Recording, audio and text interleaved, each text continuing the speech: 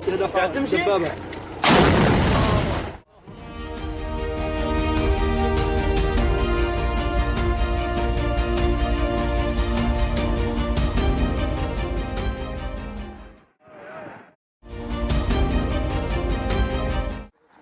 few steps from where Tracy and her brother Paul stand, their sibling Leonard Shand was gunned down by police on September 26, 2019.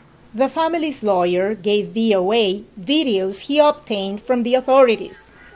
They show an almost 40-minute standoff with 10 officers of 3 departments in Prince George's County, Maryland. They demanded that Shand drop 2 knives.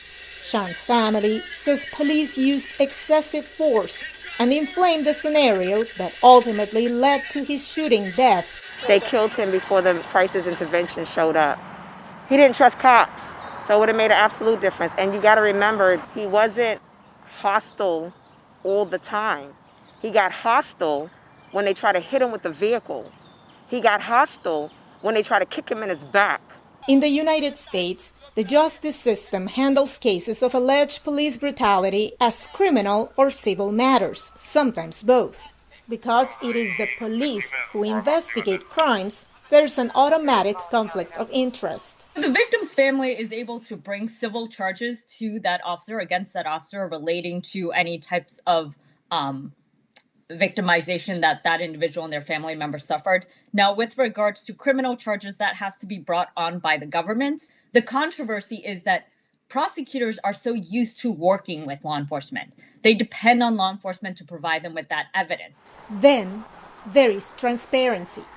In Maryland and most states, a grand jury, that's a panel of ordinary citizens, reviews the evidence from police and prosecutors to decide if cops should be charged. The problem with the grand jury is it is secret. It happens behind closed doors with one prosecutor and no other lawyer for the victim. We don't even know what charges were suggested. The grand jury voted not to charge the officers involved in Shand's shooting. The prosecutor called the process thorough and transparent and said she isn't open to reviewing it. The use of force expert looked at every single angle, reviewed every piece of video footage, reviewed every witness statement, and applied the law. The Fraternal Order of Police Union has pushed back on the nationwide drive to reopen cases, including Shand's. I guess I would just be fearful that you could reopen and keep cases open indefinitely until you got the answer that you wanted to get. And that's not how our justice system works. There's been political pressure on some high-profile cases, like the 2014 shooting death of Michael Brown in Ferguson, 12-year-old Tamir Rice in Cleveland, and the 2015 death of Freddie Gray of spine injuries after his arrest in Baltimore. Even when an officer is not indicted, it still doesn't mean that people didn't find what happened to be egregious. And oftentimes in civil court is where we see the shift. Settlement of civil misconduct cases is paid by states, cities, and counties with insurance and/or taxpayer money. What's called, quote, qualified immunity, unquote, shields individual officers from personal financial responsibility for actions on duty. That's something that is very controversial. That's an issue that's not only being taken up at the state and local level, but also nationally. Legislation repealing qualified immunity passed the U.S. House in March.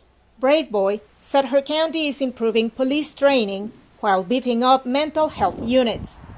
And she welcomed the police reform package Maryland recently passed. Leonard Shand's siblings know there's little chance of getting a new criminal investigation and are hoping to find justice through an ongoing civil lawsuit. But they know it can never be complete. Money, if they get any, won't bring Leonard back. This is a human life. So, I mean, what compensation, could there be? I feel heartache because I know what he wanted to do and what he was currently in the process of doing with his life. And now it's just cut down, and that's a horrible, horrible thing. Veronica Balderas Iglesias for VOA News, Prince George's County, Maryland.